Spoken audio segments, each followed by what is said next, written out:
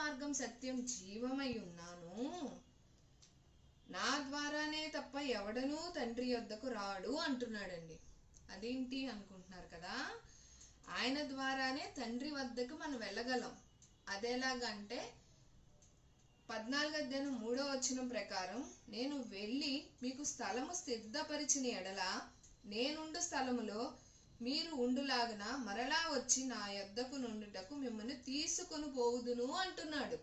అంటే చూసారండి, మనం తండ్రి దగ్గర ఆయన రాకుండా ఎత్తబడే వారి గుంపుగా దేవుడు ఆశపడుతున్నాడు. కాబట్టే ఆయనే మార్గం సత్యం జీవంలో జీవించమంటున్నాడు. జీవం అంటే ఏంటండి? ఆయన జీవం కలిగి మనల్ని, అంటే ఆదికాండం 2:7 ప్రకారంలో ఆయన నరుడిని మట్టి చేత చేసి మనల్ని నిర్మించుకున్నాడు కదండి. స్వయాన 2:7 ఏమని